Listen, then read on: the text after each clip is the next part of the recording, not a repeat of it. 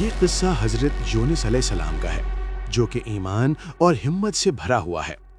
حضرت یونس علیہ السلام شہر نینوا میں پیغمبر بنا کر بھیجے گئے۔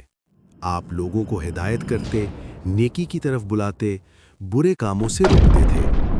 آپ قوم سمود کی طرف بھیجے گئے۔ اس قوم کے لوگ بتوں کی پوجا کرتے تھے۔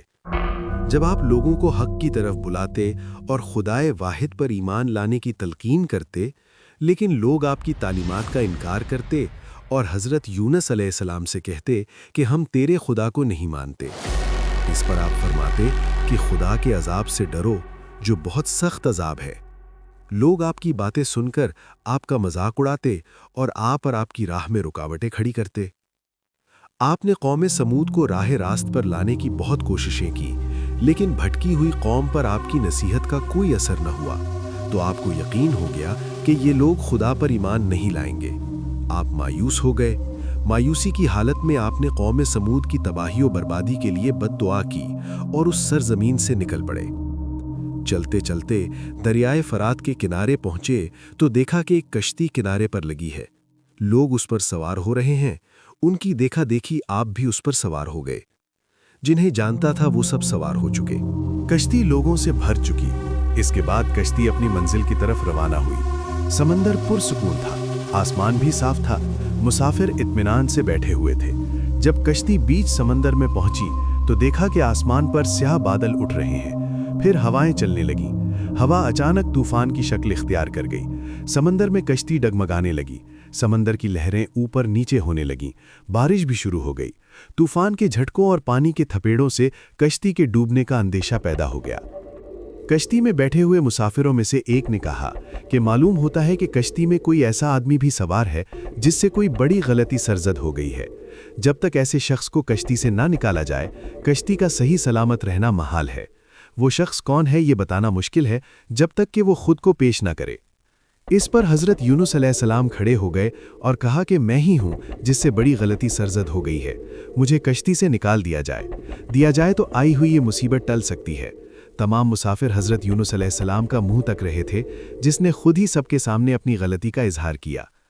پھر سب نے ایک زبان ہو کر کہا کہ یہ شخص تو فرشتہ صفت انسان معلوم ہوتا ہے، ہم کسی حال میں اسے کشتی سے نہیں نکال سکتے۔ مسافروں میں سے ایک نے تجویز پیش کی کہ قرہ اندازی کی جائے، جس کا نام پرچی میں نکلے وہی سزا کا مستحق ہوگا، ہم اسے کشتی سے نکال دیں گے۔ چنانچہ قرہ گالا گیا، پرچی میں یونس کا نام نکلا۔ اس عمل سے لوگوں کو اطمینان نہیں ہوا۔ پھر قرہ ڈالا گیا تو یونس کا ہی نام نکلا۔ اس طرح یہ عمل بار بار دہرایا گیا۔ ہر بار یہی ہوا۔ حضرت یونس علیہ السلام نے کہا کہ میں اپنے رب کا نافرمان ہوں، خدا کا حکم بھی یہی ہے، مجھے دریا میں ڈال دو، تمام مسافروں کی جان بچ جائے گی۔ حضرت یونس علیہ السلام نے کشتی کے مسافروں سے اور ملاح سے بار بار کہا کہ وہ کشتی سے چھلانگ لگانے کے لیے تیار ہیں، اس لیے کہ میں نے اللہ کے حکم کا انتظار نہیں کیا۔ آخر کار کشتی کے مسافر اور ملاح نے مان لیا اور حضرت یونس علیہ السلام کو دریا میں پھینک دیا۔ دریا میں ایک مچھلی حضرت یونس کی طرف بڑھی اور نگل گئی۔ اللہ نے مچھلی سے کہا کہ یہ تیری خوراک نہیں ہے، یہ تیرے پیٹ میں امانت ہے جسے واپس کرنا ہے۔ چنانچہ آپ مچھلی کے پیٹ میں اندھیرے میں رہیں، اللہ کا ذکر کرتے رہے اور معافی طلب کرتے رہے۔ آپ پکار رہے تھے، اے اللہ، تیرے سوا کوئی عبادت کے لائق نہیں، تو پاک ہے، بلا شبہ میں نے اپنے ہی نفس پر ظلم کیا، میں ظالموں میں سے ہوں۔ اللہ نے آپ کی پکار سن لی، آپ مچھلی کے پیٹ میں محفوظ رہے۔ مچھلی نے دریا کے کنارے پر اگل دیا۔ جب آپ مچھلی کے پیٹ سے باہر آئے تو بہت کمزور اور نڈھال تھے۔ آپ نے کھلی فضا میں سانس لیا اور اللہ کا شکر ادا کیا۔ اللہ نے حضرت یونس سے فرمایا، اگر تو مچھلی کے پیٹ میں میری پاکی بیان نہ کرتا تو نجات حاصل نہ تھا، نہ کوئی سایہ کرتا۔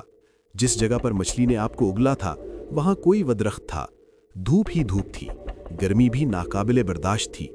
اللہ کے حکم سے وہاں ایک بیل دار پودا اگایا، پودے کی بیل سے سایہ آ گیا، آپ سایہ تلے بیٹھ گئے اور اللہ کا ذکر کرنے لگے۔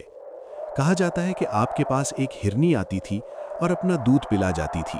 اللہ تعالیٰ فرماتا ہے، ہم نے بغیر گھاس کی زمین پر ڈال دیا اور وہ بیمار تھا، اور ہم نے بیل دار درخت اگایا اور ہم نے اس کو 1,00,000 آدمی کی طرف بھیجا، بلکہ اس سے بھی زیادہ۔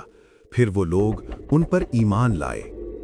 ملک نینوا چھوڑ دینے کے بعد آپ کی قوم آپ کو بہت زیادہ یاد کرنے لگی۔ آپ کے نکل جانے کے بعد پچھتانے لگی۔ لوگوں نے محسوس کیا کہ آپ نبی تھے اور ہدایت کے لیے آئے تھے۔ لوگوں نے اللہ سے معافی طلب کی اور وہ حضرت یونس علیہ السلام کی آمد کا انتظار کرنے لگے۔